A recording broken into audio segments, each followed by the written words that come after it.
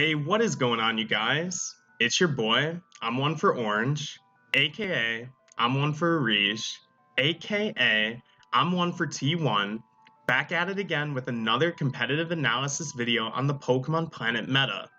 If you missed my last video, I continued my breakdown series of my Clan Wars analysis and breakdown content. Pretty much that's a guide where I don't exactly just show live and raw gameplay, but instead I dissect it, looking for mistakes that my opponent's done, which if they played better, they could have beat me, or in the case of a loss, I analyze plays I could have done better. If you missed that video, there will be a link in the description, or you can visit my channel. It's available at any time. One of the most popular requests I get, and I hear people talk about, is regarding T1 though.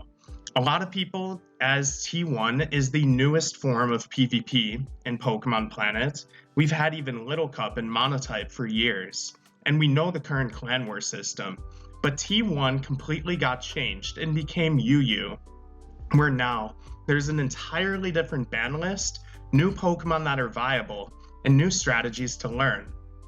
So in this video, I will be doing a breakdown on T1 leads, the different kinds of leads that are available in T1, and essentially give you ideas on how you can enhance your gameplay and get more wins in the format. Now, if you're new to the channel, be sure to leave a like, comment, or subscribe to be notified when I upload more videos. And also, if you're a regular viewer, then you know that my videos are very podcast-like in nature. I don't do a whole lot of fancy editing. I sit here and talk to you guys, so if you'd like to go for your morning walk, your jog, have your coffee, do so. I'm not offended. Simply leave the audio running in the background and take in what you can, and hopefully you learn a thing or two from this video. But without further ado, let's get right into it. So first things first, T1 is certainly different from other tiers you know. We don't have Ferrothorn, we don't have Infernape, we don't have Keldeo, we don't have Victini. So a lot of people are lost turn 1, honestly. What do you do to get momentum in your game and also to essentially have the strongest lead possible to match up with the other stuff you may or may not know are in the meta? Well, in terms of leads, a lead is something that you send out turn 1. Now, keep in mind, this isn't like Pokemon Showdown. If I were to queue up for a Showdown game right now, I would be able to have a team preview as well as choose a lead. And this is something that you'll see become available in the Unity beta, as well as be implemented into Pokemon Planet in the future. But for now, whatever you have in your lead is what you got, and you have to make do with it. So a lead is very important. You don't want to run something too slow, and it'll lose you too much momentum, and basically gets nothing out of those first few turns. The first few turns set the stage for the entire game.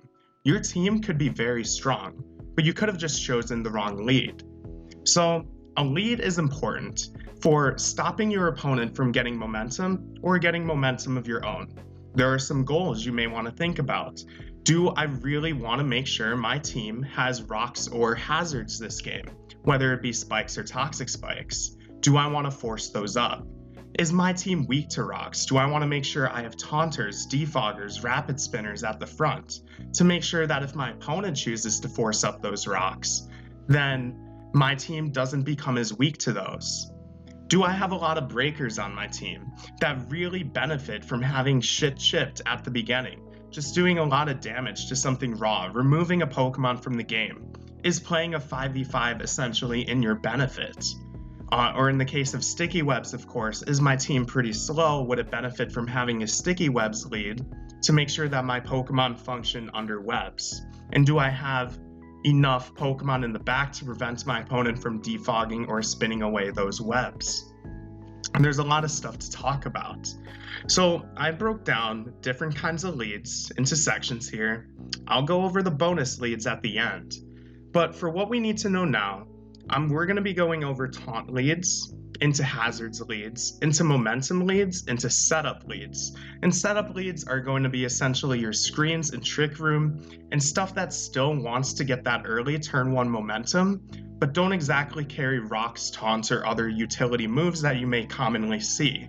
Usually these kinds of teams in the setup lead section want to make your entire team archetype come together, and you want to get that momentum for your archetype at the very beginning. Taunt leads are commonly going to beat hazards leads. That's essentially how it goes. If you want to think about this as rock, paper, scissors, taunt leads stop the hazards leads, but hazards leads are usually bulky enough to stop momentum leads, like your raw damage. All a hazards lead wants to do is essentially play a 5v6, get up your rocks and die in most cases. So taunt beats hazards by stopping that.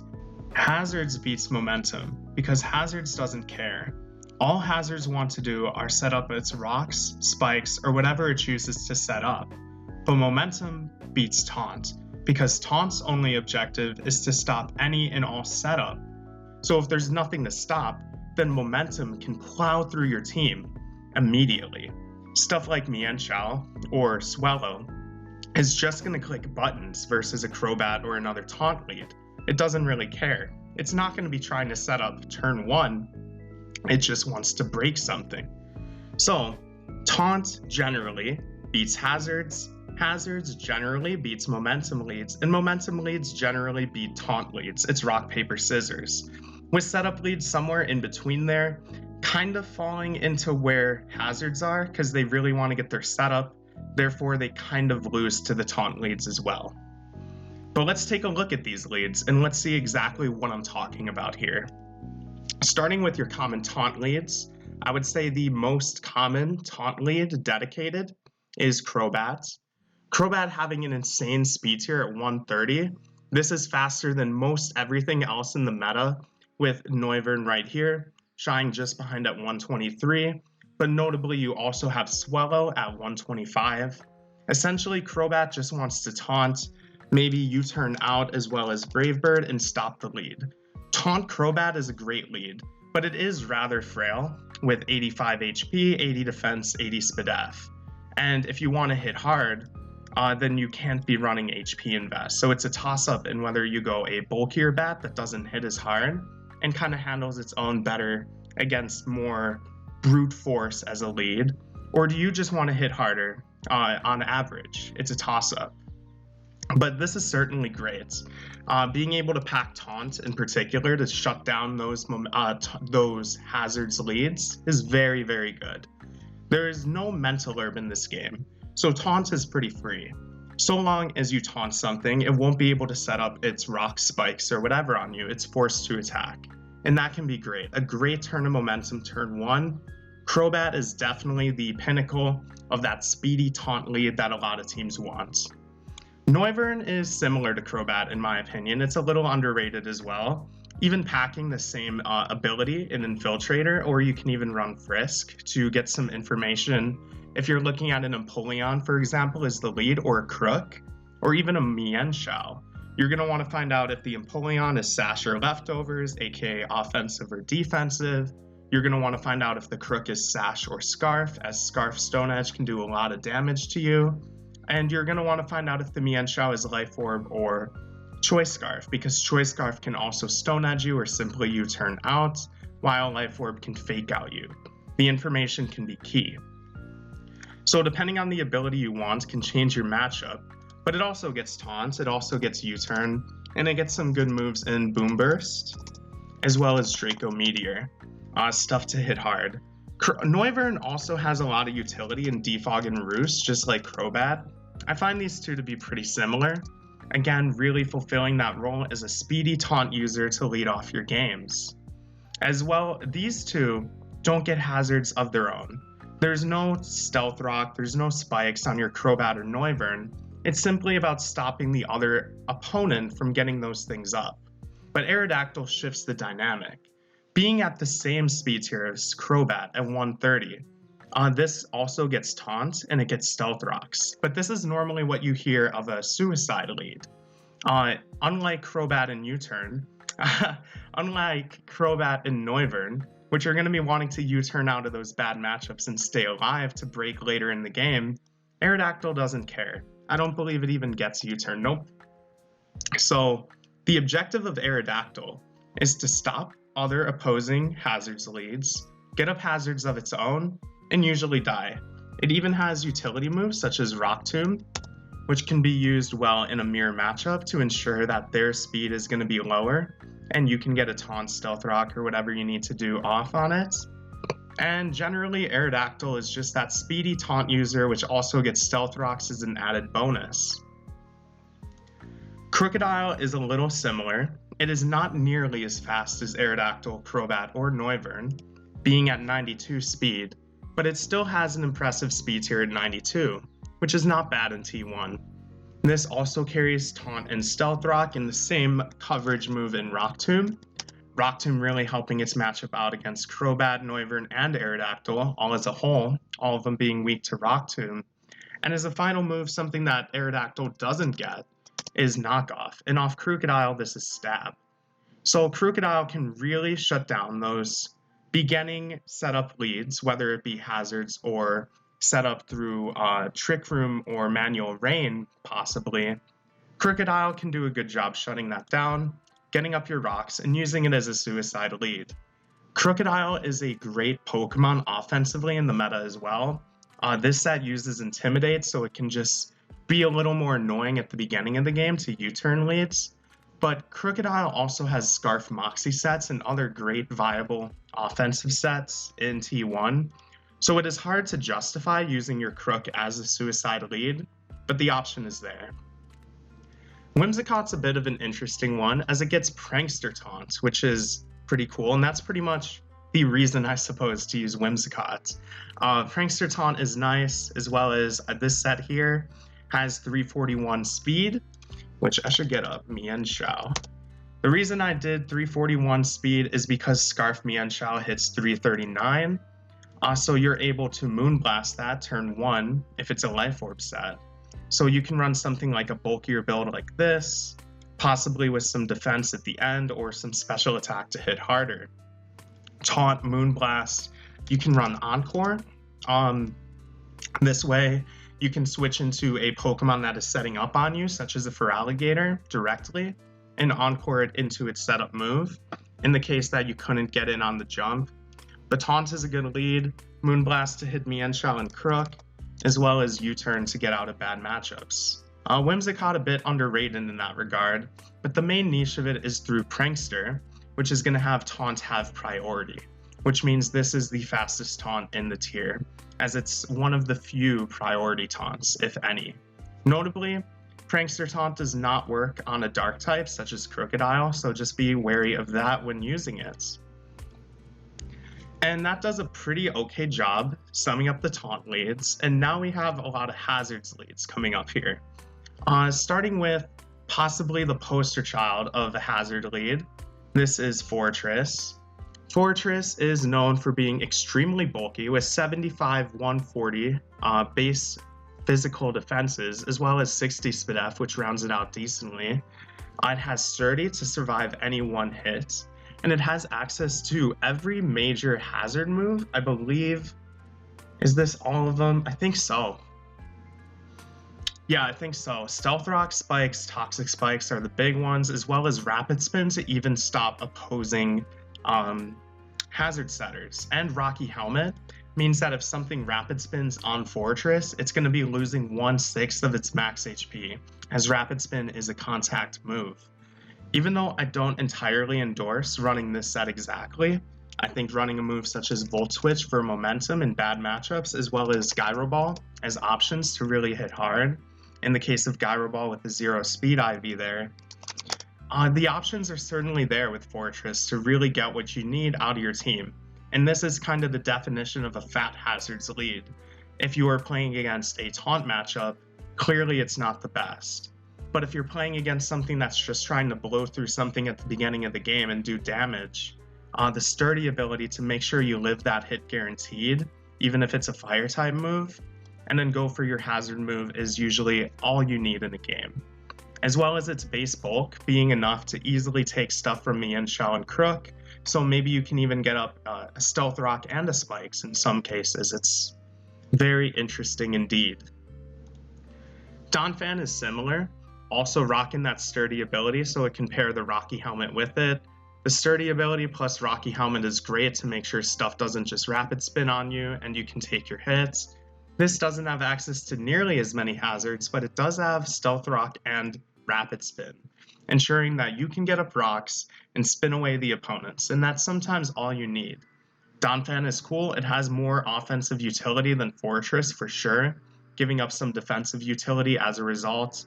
Earthquake hitting very hard off this Pokemon, as well as a rare priority Ice Shard, which has always been really interesting on this Pokemon. So against other Sash leads versus, I guess my Modest Empoleon, for example, if they're not running speed at all, you can Earthquake into Ice Shard to pick that off. Or if the Empoleon user didn't click Aqua Jet, then you can win that matchup. So Donphan can be pretty good in that regard as well, due to its offensive utility it gains through, I guess, being a Donphan.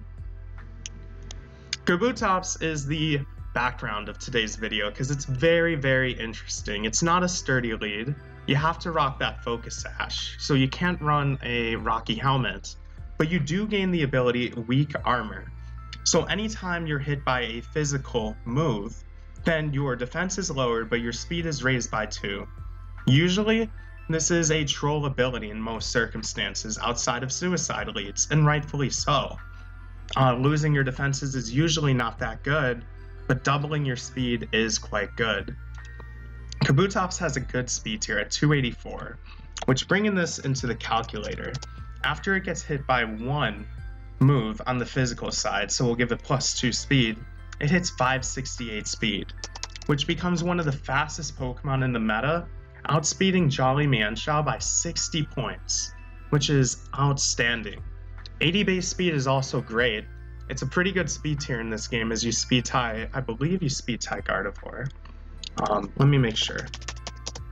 Yeah, you naturally speed tie Gardevoir as well, so you can Rock Tomb into Knockoff to get that KO in the case of a Scarf Gardevoir lead. Kabutops, a little known, it gets Rapid Spin as well, so not only can it do the job of blocking or getting up its own hazards, but it can spin away the opponents as well. This, because of its ability in Weak Armor and utility, it makes it a very rare suicide lead that can get very, very fast. Outspeeding Aerodactyl, if Aerodactyl hits it with an Earthquake, even though it's not a contact move, it is a physical move, which activates Weak Armor. So Kabutops destroys Aerodactyl. It is a very, very cool matchup indeed. Kabutops being wildly underrated, I believe, and this is one of my favorite sets on it. And if you're using a dedicated lead in T1, this has very few bad matchups, and I do recommend you try it out. Returning to the Crook Sash lead, just to show that, again, this does also count as a Hazards lead. This is just a Hazards lead with Taunt, and same with Aerodactyl, so they're kind of grouped in this section together. No more unique sets for these two, but they are Hazards leads that try to get up Stealth Rock, and they have utility not through Rapid Spin, but through Taunt to attempt to stop the opponent from getting rocks. These can be good in some situations, such as if you're playing against a setup lead, such as Trick Room, then your Taunt utility is more useful than the Rapid Spin utility on other leads. Hippowdon is here, as it is a very sturdy defensive type. It has access to Slack Off, as well as very, very respectable 108, 118 physical bulk. So this is a Hazards lead that you can use, really not die to that many hits, even super effective ones on the special side. And you can bring this in later, get it in against a physical attacker, and Slack Off. It's a Rocks lead that doesn't exactly need to die turn 1, like possibly some of the others will die at the very beginning of the game. So in that regard, I would say it's very, very good. Sandstream can pair with some teams as well, even if you don't exactly have a Stoutland in the back to activate Sand Rush and really synergize well. This synergy can also be good for Mandibuzz, which avoids damage through Sandstorm with Overcoat, and can be good to get that necessary chip you need on some of your breakers in the back. So Hippowdon being a great sturdy lead for that regard, its main niche again being through Slack Off. Okay, so Seismitoad being the next one up. This is a unique one for the regard of its Water Absorb ability. This gives it an entire immunity to the Water type, and Water Ground is a fantastic defensive typing. It's weak to only one typing alone, which is Grass, although notably that is 4 times weak. This does not have access to anything such as Recover, or Taunt, or Rapid Spin, but sometimes its bulk can be enough to carry you regardless, especially when paired with a Rocky Helmet to really deter those Rapid Spinners from spinning on you. Seismitoad can be one of those Pokemon that even though it lacks recovery, it can be annoying at multiple stages of the game. Being able to spread status through Scald or Toxic really seals the deal for its annoying sets. Swampert is Seismitoad's brother. I think this is a very underrated Pokemon for sure. It does not get Water Absorb, but it has better bulk. Looking at its stats, it is 100 HP, 90 defense, 90 speed F. Remember this 110 attack as well, which it does have less HP. Seismitoad has 5 more HP, but it has more attack, more defense, and more speed F. It's tied in special attack as well. So Swampert is actually really good. It's technically more durable, even though it lacks Water Absorb. Still getting Rocks, still getting Scald, still getting Toxic, and packing a stronger Earthquake than Seismitoad if you run Earthquake on it. So for those reasons, Swampert I think is very underrated. As well as the ability Damp being kind of unique, as Explosion will fail on a Damp Mon. So I don't know exactly where this can come into account other than dedicated suicide leads with Explosion, but I would say it's also a cool utility that you can use as a reason to possibly try it out. Rhyperior is cool and solid as well. The ability Solid Rock, even though it has a pretty poor defensive typing with Ground Rock, being weak to many moves such as Fighting, Water, and Grass, just to name a few, as well as Ground. All these major moves, but it's somewhat circumvented through great defensive stats, at least on the physical side. The speed F side can also be patched up if you run something like this as well. You actually patch this up quite nicely, especially when coupled with Solid Rock. And Rhyperior can become a much more offensive rock lead. Off this base 140 attack, you can run moves like Rock Blast, even Smackdown, and Earthquake to pair with it. This mon also doesn't get recovery like the others on this list, but it is quite offensive on the physical side with great stab through Ground and Rock. So it can be a very sturdy lead, usually not dying to any physical hit in one. Sometimes special hits will break it through in one hit, but coupled with Solid Rock and its great physical defense, it can take stuff like a Life Orb Mienshao High Jump Kick, for example. Taking a look at that, let's just say max HP, Mienshao, offensive pivot, Life Orb High Jump Kick. It does live it, as you can see. So this can be something that you can use for sure. And then again, like Scarf Crook is going to do much less, but just to show it's a 2-hit KO if it's coming from Scarf Jolly Crook. So Rhyperior just has enough bulk to handle those matchups and bully up rocks. And then the pros of Rhyperior are really its attack stat. For other matchups that really aren't as lethal as possibly Mienshao, even though you get up rocks, you still end up dying at the end. You can bully some of those other slow Pokemon and force conditions where there's really no switch-ins to your Earthquake and Rock moves. Empoleon is an interesting one for sure as a lead. You can bring it out. A lot of people aren't running Magnapole Magneton to trap it, so usually this is pretty free.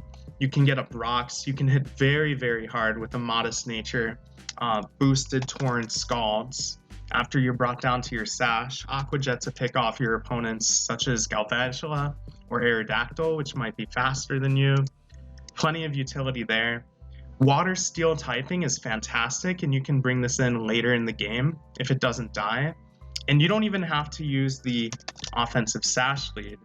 You can run something like a Calm or Sassy Nature, not run any special attack and speed, and instead opt for more even spread, something like this. And bring this in as a mid-game pivot to get up your rocks. But even this Spadef set does serve somewhat well as a lead, especially if you couple something like Protect, to make sure that you can scout against high jump kick and see what exactly the Mienshao is going to be going for on you, as well as other Scarf leads. So overall, Empoleon is extremely flexible, to be honest, being able to rock a lot with what it can do, and you can never truly predict what set it's running in the lead unless you know your opponents. Metagross, I feel, is very, very similar to Empoleon, funny enough. I think Metagross is kind of underrated as a lead. This is an explosion lead, and it gets Stealth Rock as well. So essentially, I think Metagross's matchups are okay as a Sash lead. It can kind of do the same things, run Bullet Punch as well, like Empoleon. So this is pretty similar, except instead of Torrent boosted Scald, it has to die with Explosion. But even Explosion has some benefits, as at 239 speed here, that'll be faster than no speed Mandibuzz, which if you explode, Defog or Rapid Spin in some cases have no target. So at 196 speed, if you explode on Mandibuzz, it cannot defog. So this is a pretty good option. You even get Grass Knot as a utility move, or a coverage move rather, to help out your matchups against Rhyperior, Swampert, and Seismitoad, which can be really, really good. Yeah, I think Metagross is certainly underrated though. I think possibly a naughty set with enough speed. Bold Tentacruel, if it runs Bold Tentacruel should run speed, but I believe should be like here. I guess something like this is kind of optimal for me, or a Naive Nature potentially, so you can catch up to faster Tentacruels as well. But yeah, it's and the naughty was for Grass Knot, by the way, to just get some calcs better. I think Metagross is wildly underrated though. Definitely a great Pokemon. Many, many utility moves to choose from as well. Another Steel Psychic type is Bronzong, and this is another Stealth Rock Explosion. It gets a few other utility moves, like Trick Room. It even gets a pretty strong Gyro Ball, especially when coupled with its low speed and reasonable attack as well.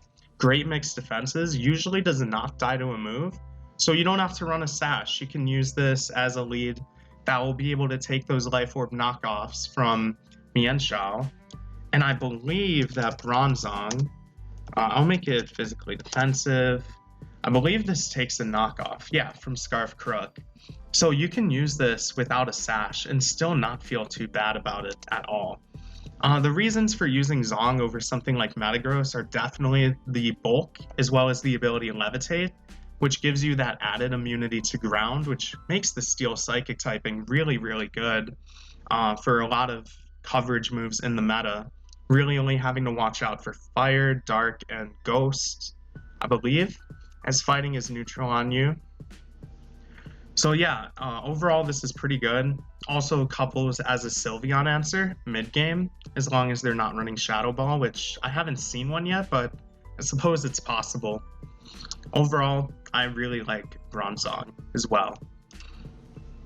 Getting into some non-Stealth Rocks leads, we have Sticky Web's Galvantula, which I don't need to go too crazy on. A lot of people know what Galvantula is and probably own one, as in PvE, Compound Eyes boost the rate that you get items, so honestly, a lot of people use Galvantula for grinding and sometimes as a result mix it into their PvP teams, but Sash League Galvantula is pretty cool. Compound Eyes also boost the accuracy of Thunder, making this 91% accurate Thunder, which is always something that's very, very attractive to newer players. It's a good Sticky Webber, to be honest. It even gets moves like Volt Switch, Energy Ball, and then I like Electro Web as well.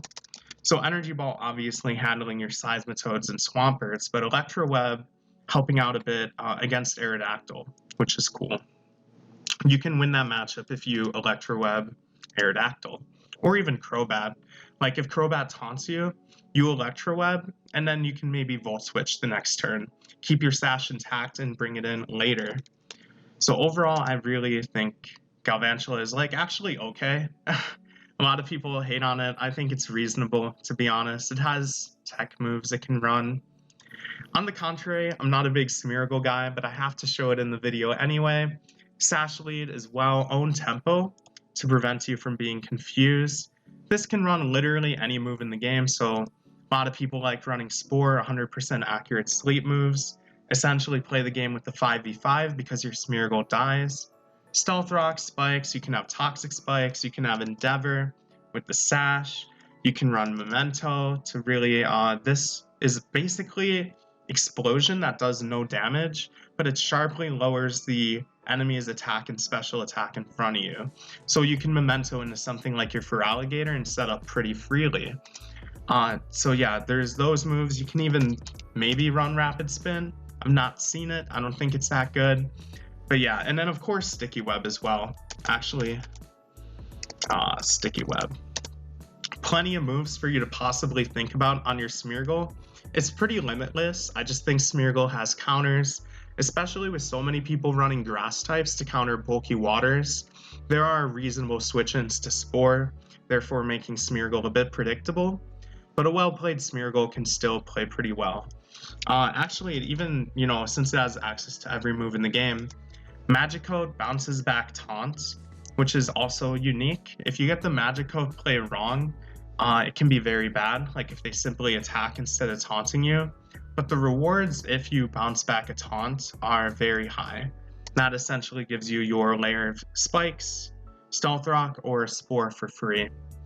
So Smeargle, kinda okay, just not my favorite. Frostlass is a very annoying lead, honestly. I want to see more of this in T1. Like, I want to, but I don't want to. I just said it's annoying, but I think it's unique. Focus Sash Frostlass with the Curse Body ability, which everyone knows after fighting so many Gengars in queue. After you even hit a Curse Body Pokemon, doesn't matter if it's a special attack or a physical attack, Curse Body has a 30% to proc, and it disables that move. So even in a 1v1, there's always a chance that the Frostlass user can win, especially if you don't have a second move to hit it with. Taunt and Spikes really ensure that you get your hazards up. I think the reason it's less popular is because Spikes isn't as good as Rocks for sure, but you can get on multiple layers of Spikes. Icy Wind helps you out with the Aerodactyl and Crobat matchups, and Destiny Bond to be generally annoying, and you can possibly take down a foe with you in the end. If anything is slower than 110 base speed and doesn't have a priority move to pick it off with, Destiny Bond is very scary. In fact, Frostlass can kind of deal damage to one Pokemon and completely kill another and get spikes off. Frostlass can definitely do some very cool things that I think are a bit underrated. Nidoqueen and Cobalion are the last two here. Might as well show them together. Although I don't exactly think these make fantastic leads, they could be leads, especially the Bold Nidoqueen, which a Bold Nidoqueen, here, let's just do 248, 252, Bold versus that Crook again. You live Earthquake, and you shrug off every hit from even a Life Orb Mienshao. Nothing can really hit you too hard. You can't hit them in one hit back, but you certainly have some defensive presence. So this has Stealth Rock, Toxic Spikes, even Protect coupled with Black Sludge to really fulfill and optimize that recovery, as you don't have a self-healing move outside of your Black Sludge, which is an item. This is really cool, and even though I think it's more of a mid-game pivot, it's an option as a lead. And same with Cobalion, which certainly has lead utility options through Taunt and Stealth Rock, as well as Volt Switch to even get out of bad matchups. Very impressive speed at 108. This does outspeed Mienshao. But I don't think Cobalion makes the best lead, even despite all that. I think it's better as a mid-game pivot as well, just by nature of the Pokemon. It's almost the same argument as I made for Crook, where Crook is just a very overwhelming physical attacker and sweeper, so why would you use it as a suicide lead? Cobalion has some of those properties, but I feel like there's just most other Pokemon actually beat Cobalion and what it does as strictly the lead set. So doubling down on the lead set isn't my favorite thing to do with Cobalion. Wow, that was a lot of hazards leads. I'll go through it again real quick just so you can see them all. Definitely a good variety here. Now, there are many more Pokemon in T1 that get Stealth Rock, such as Celebi, and I do have a special mention for Celebi at the end. But just because it's not on this list so far, doesn't mean you don't use it. But I did want to show a lot of potential things for you to use. Now, momentum leads are different from your taunt leads and your hazards leads, which directly deal with usually Stealth Rock, spikes, preventing that, or in the case of taunts, stopping setup generally. But momentum leads throw a lot of that out the window, and you just want to hit hard so you can chip things for your breakers in the back. It's a different style of lead, and I don't think it's incorrect at all. It can really pay off. Just keep in mind, if you're playing against a dedicated hazard lead, they usually will not care at all about your momentum lead. So remember that. Mienshao being an excellent example of a momentum lead, with Life Orb Regenerator, making it so you can get that fake out off, your high jump kick, your U-turn, your knockoff, anything like that off, deal your damage, and regen it all off with a very impressive attack stat as well as speed tier. Mienshao is a bully, and that's typically how you want to use it at the beginning of the game. Just bully something, deal a lot of damage, and get out of there. It doesn't have stuff like taunt, I believe. Oh, it does get taunt. I wouldn't use it, but it actually does get options then, such as taunt and toxic, to even be a mild pestilence.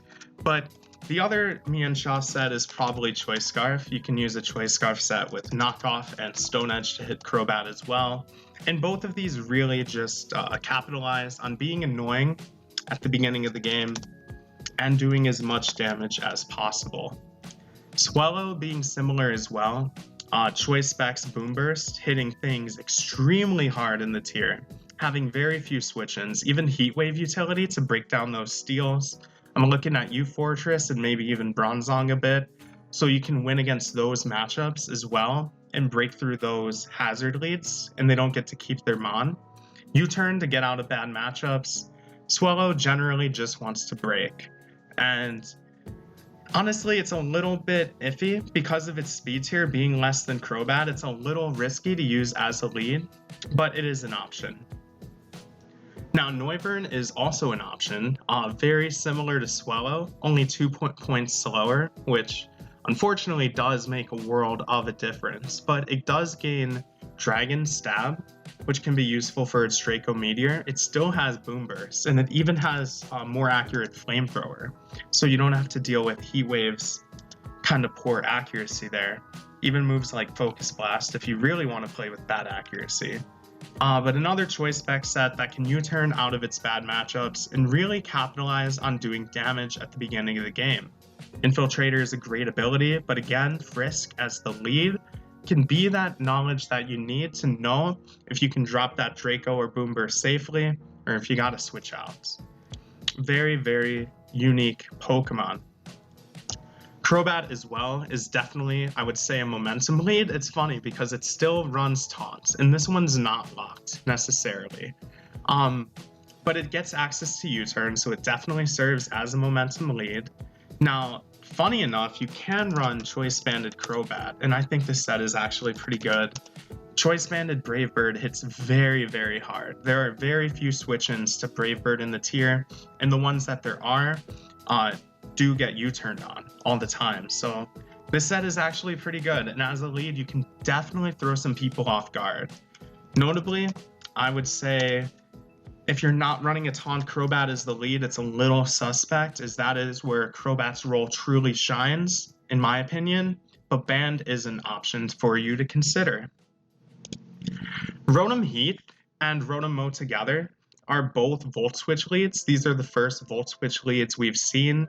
These are a little bit weaker, as it's possible your opponent brings the Crocodile or the Nidoqueen, which really messes up your mojo. But you do get Volt Switch, your move of choice, whether it's Overheat or Leaf Storm on a Rotom Mow. And I say these two Rotoms, there's still Frost, Fan, and Base in the tier, but I think Heat and Mow personally are the most viable. So those are the two I will showcase. And these get momentum through your Volt Switch Overheats, as well as tricking matchups. Like you can trick a Blissey, you can trick a Goodra, I guess, but I'd rather trick a Blissey. There's a lot of stuff you can do with these as well, though. Even run Defog as a fourth move here, so you can ensure that after you trick the Scarf, you can get rid of the Hazard. So even though you lose to Hazard's leads to some extent, it's not the end of the world. You still have your Defog in the back. Rotom Mow, you can run the same Choice Scarf set, by the way. On either of these, you can run either Light Clay, Rotom Heat, or Scarf Rotom Mow. I just have two Rotoms, so I'm showcasing two different sets.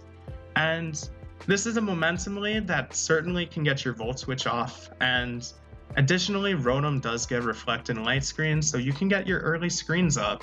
I guess this kind of shows as a setup lead as well. Yeah, it's kind of a setup lead as well, but I don't think Crobat is going to want to taunt on you and shut you down. They're going to be scared of that Scarf Volt Switch. So I think the Reflect and Light Screen is actually pretty free as a lead, as long as your opponent doesn't know your set. And even if they do, there's awkward 50-50s. And keep in mind, either of these actually still can run Choice Specs. I just think Choice Scarf is good as principle, so you can ensure that you outspeed stuff like Swellow and Crobat late game. But Specs is an option. Jolteon is a fake Pokemon in T1. I mean, it's definitely cool, and it has good utility, running your offensive item of choice, whether it be Life Orb or Choice Specs likely, possibly Expert Belt as well to hide your item. Volt Absorb making you immune to electric, so you can actually be a Volt blocker that uses Volt Switch. It sounds a lot cooler until you use it and you realize that if you get a play right, you just take too much damage all the time. But Jolteon's there. Also Volt Switch, Thunderbolt, Hidden Power Grass to really punish those Seismitoads and Swamperts again. It can be unique. And the Hidden Power Grass in particular can definitely throw those off, in my opinion. It's just a little too frail and prone to the Scarf leads like Mienshao and Crook to really be viable, in my opinion, with 65 HP, 60 defense. But it is something there in the tier that you can try to use. And Flygon is another fake Pokemon, but if I don't bring it up, people are going to leave a comment. Flygon is a has-been. It is totally outwashed by Garchomp, and even in T1, I don't know. I don't like it. I'm not a Flygon fan, but you can run it as a momentum lead as well with U-turn and a strong stab Earthquake relatively, coming off 100 base attack. 100 speed just doesn't cut it, in my opinion. You still get U-turned on by Mienshao. Intimidated by Crook is kind of nasty as well. I am not the biggest Flygon fan. I think other than these two moves, on Scarf, you basically have to run Outrage to do damage. And it gets coverage moves, it gets Defog as well. But I find Flygon very underwhelming, but it is a lead that gets U-turn, so it's in the video. And finally, let's talk about those setup leads. So setup leads can kind of go hand in hand with your hazards leads. They have an objective, and that objective is to set up something, whether that be the rocks, the spikes, or in this case, some screens and Trick Room, starting with Meowstic, which is the best prankster screen setter in the tier.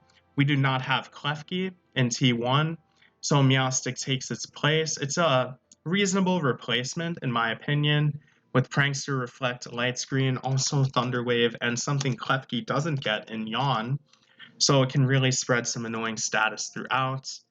Overall, it's pretty predictable, but this is definitely something that you can run if you're running a screens team, and it makes a lot of sense to do so, in my opinion, to use Meowstic on that.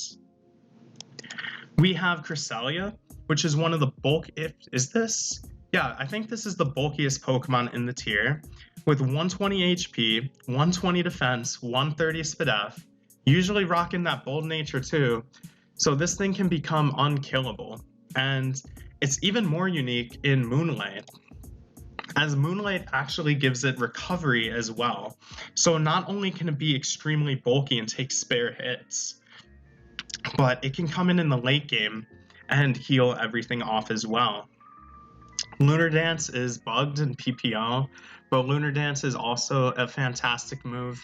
You faint and the replacement is fully healed. I believe that includes your burn and status as well, with your PP intact as well.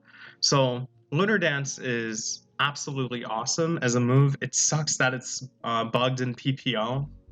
I'm not exactly sure how. I believe it doesn't heal the status, but someone in the comments can correct me if I'm wrong. I think Lunar Dance just heals you to full HP and doesn't actually heal your status in PP. But correct me if I'm wrong. Other than this set here, you can run a Light Clay Cresselia. You don't get the benefit of Prankster, but you do gain access to both screens as well, and you're generally very bulky and can pull that off as well. So definitely something to keep in mind when you're running against or building your own Cresselia. Uxie and Mesprit together here, they are both pretty similar. They can set up Trick Room, but another thing they can do as well as set up Trick Room is gain a momentum move through U-turn, which is kind of unique, Cresselia not getting U-turn. So these Pixies can set up a Trick Room and get that U-turn into something essentially so you can just start breaking right away. Very respectable bulk from both of them, 80-105 on the Mesprit and 75-130 on the Uxie. These also have the additional niche of Stealth Rock. Both of them do get Stealth Rock, so Trick Room, U-turn, Stealth Rock. Pretty good jack of all trades here, all around. Memento on Uxie, which we've gone over Memento already, but Memento can be very good if you have a Trick Room sweeper, such as maybe Ursaring in the back. You can get a free Sword Stance off because of the Memento. And Healing Wish is also very good. After you die, the Healing Wish will heal the next Pokemon you send into full. So both of them have great utility in what they can offer to Trick Room and overall as a whole. And again, both of them do get Light Screen and Reflect, so they can be screen setters as well. And this applies to Bronzong, which is the next setter here. Bronzong, again, we've pretty much gone over Bronzong in depth. It has the bulk to really live those hits. And also, by the way, Uxie and Mesprit, with those bold natures and whatnot, they definitely live against Crook as well. I'll show that real quick. Even on Mesprit's lower bulk, I'll do the defensive Stealth Rock set. Is that right? Okay, Colberberry. 56 to 67 to Mesprit, so we can imagine that Uxie, no Colberberry, it's going to be even less.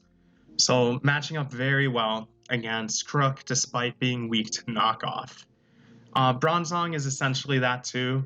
Let's just throw in for a loop here that it does get access to Reflect and Light Screen, but I would say its true niche is probably through Explosion, ensuring that after the Trick Room goes off, it can get a very powerful Explosion off, and you can go into your next member very quickly. Exploding and losing your Trick Room setter for the rest of the game can be a bit suspect, but it is one of the niches on Bronzong. Cofagrigus has interesting niches because I would say Mummy is pretty good in general for bullying something such as Mienshao. You can stop its Regenerator, you can stop Sheer Force for Alligator, but on top of those things, Trick Room is pretty good on it, and then Toxic Spikes is something that the other setters don't get. Funny enough, Cofagrigus doesn't get regular spikes or Stealth Rock, it gets only Toxic Spikes, as well as a form of recovery through Pain Splits, which is something that is unique to this as opposed to the two Pixies, and I don't think Bronzong gets Pain Split. Yeah, that would be pretty okay. Let's just make sure. Okay, yeah. So Cofagrigus with Pain Split can actually do a lot of annoyance here because of its low 58 HP, which means the average HP between it and a high HP opponent will be quite significant. So definitely some reasons to consider Cofagrigus on your team. Final two here, we have Volbeat. This is the definition of manual rain. Honestly, there's almost, or manual weather rather. There's almost no reason to want to run Volbeat other than for your manual weather, whether it's a heat rock for a sunny day or a damp rock with rain dance. And Volbeat actually gets deceptively bulky with an impish nature, even though it's 65-75, and bug typing defensively is arguably not that bad because it resists fighting and ground, which are two very common offensive types in this tier. Yeah, you're weak to fire, flying, and a lot of that, but Prankster plus your 8 turns of Rain Dance or Sunny Day is great. U-turn for your momentum, as well as Roost. And again, this is where Volbeat just gets deceptively annoying. It doesn't have to die. It gets access to Prankster Roost. So it can come in later on something that doesn't hit as hard, heal up, and set up more manual rain. And again, yeah, you really only use this for your manual weather, but it's something that you should probably use on your manual weather. And then finally, we have Carbink, which this doubles as a Trick Room setter, as well as actually because of Sturdy, wrong ability there. Because of Sturdy, it can run Leftovers, or it can run something like the aforementioned Damp Rock. So instead of being a Trick Room setter, it can be... Wait, what? Okay, it doesn't get Rain Dance, my bad. Just learned that now. But it can be a manual Sun setter. I guess that makes its ability a bit less, because you'll probably be wanting to run that manual rain to be able to use your Swift Swim and whatnot in the tier. But if you are interested in Sunny Day and making a manual Sun team, Carbink is okay at doing that. Access to Stealth Rock, Magic Coat, as well as Explosion to ensure that you get all those turns off that you need. Carbink, definitely my least favorite in here, but it kind of rounds out the section to some extent, so give it a shot if you have it. And finally, we're gonna go into my little bonus leads. I'm not putting the Empoleon in here. You guys know I love Empoleon, but Empoleon will not be in this section. I'm gonna show off a few other possible bonus leads. First one being Sharpedo, which this really punishes those psychic leads more than you believe. Now, Sharpedo, usually it's running a physical set, and the physical set will have something like Crunch, but this one is a modest nature with Life Orb and Dark Pulse. So if you're up against Meowstic, they're probably going to expect the physical set and click Reflect, but you'll just one-hit KO that with a boosted Dark Pulse. And stuff like, alright, let's see, I think I should have checked this damage before. Speed Boost, Cleaner, Modest, Life Orb, Dark Pulse versus Crest. Let's go. And Dark Pulse is a 2-hit KO solidly on Crest, where if you were running the physical set, especially against a bold one, oh, that's not bad damage either. Hey, what do you know? Well, the more you know. So yeah, but things that are typically more physically bulky and weaker on the special side, ultimately they'll be taking more from this mix-up here. I think my favorite example is the Meowstic one, but most of these setup leads are always going to be running that bold nature. And if you have, let's check Cofagrigus now, because that one is definitely commonly bold as well. Dark Pulse has a chance to kill, and versus the physical, it does not. So either way, I believe you lose Making Contact as well, so you don't even lose Speed Boost on Mummy when you hit it with Dark Pulse. Not that Cofagrigus is the most common lead, so I didn't have much ready for this example, but I think mixing up your Sharpedo set can be very good in a meta where a lot of people are going into that physical bulk on the defensive side and not the specially defensive side. And the reason they're doing that is for stuff like Mienshao and Crook. So optimizing that and playing around it can be a good little trump card for you to incorporate. I am also a fan of Magneton. I might try this out in Clan Wars pretty soon. The Focus Sash thing, I don't know, but Magnapole traps in Empoleon. You can use this as a lead. With a Sash, you can surprise stuff like the Crook again, or you can surprise a Mienshao. I don't believe you kill Crook, but I do believe you do a lot of damage to Mienshao with your Thunderbolt here. And this is coming off that modest nature, of course. Magnapole being, again, to trap those Empoleons, but I'm also messing around with, like, Expert Belt, Sturdy, and then, of course, Hidden Power Grass is the last move here. I think Magneton could be a really surprising counter lead to those Water Grounds as well, for the same reason my Grass Knot is so effective on Empoleon. And I believe this set also does a good job cleaning up Crook with the Hidden Power Grass instead of Flash Cannon. So overall, I might be trying this out. I'm not sure which set is my favorite yet, but it's just something I'm working on, so why not? It's my video. And then finally, I think Celebi has a lot of utility in the lead matchup. You can be running a Choice Scarf set, and you can have stuff like Psychic for Mienshao, and you can even have Leaf Storm or Giga Drain for the Water Ground, Seismitoad, and Swampert again.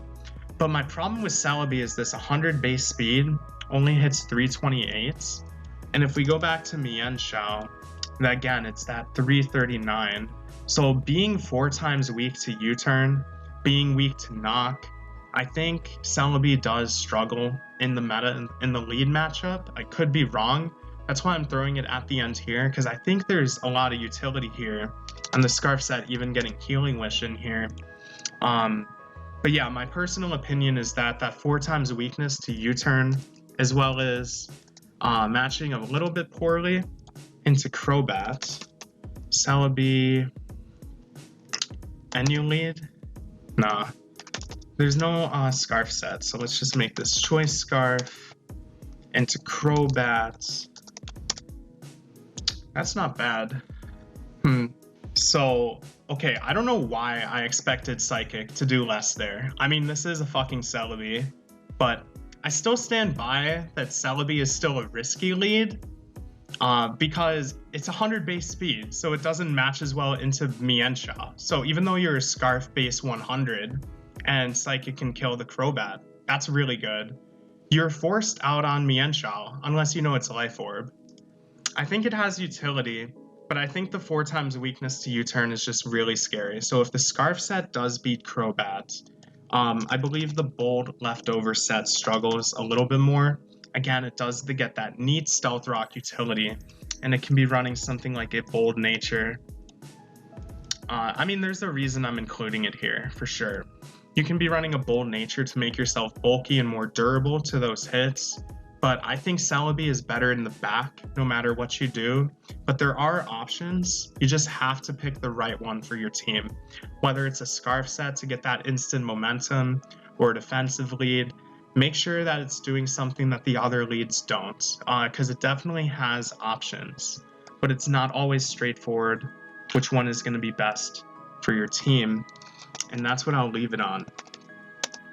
So, I hope you guys really enjoyed this video. Again, I get asked about T1 all the time, and I figured making a video today to talk about all the different leads you could be using is really unique, and I went over everything that I feel is viable. There's certainly more options for you to explore. Leave a comment and tell me where I'm wrong and which leads you really enjoy using as well. For closing thoughts, T1 is very, very interesting as a tier. There's a lot of dynamics in the lead matchups for everyone to still learn and figure out. I hope the options I provided really help you out in learning how to play your matchups and maybe give you some inspiration in how you should play and build your team, which leads you want to beat, which leads you don't, what style of lead you want to take. I'll leave all these pastes in the description as always for you to check out and see them for yourself if I was going too fast in the video or you just want a refresher at any time. Now, a little more to say, I was gonna make a tier list video today, but I ended up doing this lead video instead. I have a T1 viability rankings, aka tier list, that if you guys are interested in that, it's my opinion, and I don't have perfect opinions, but if that's something you're interested in, be sure to leave a like, comment, and as a matter of fact, if you made it to the end of the video, what are you doing? I really hope you enjoyed. Be sure to leave a like, comment if you enjoyed, as well as subscribe to the channel to see more when I upload it. And let's wrap this up, guys. I will catch you guys in the next video. I already told you the paste in the description, but I hope you guys have a great day and a great rest of the week. Peace.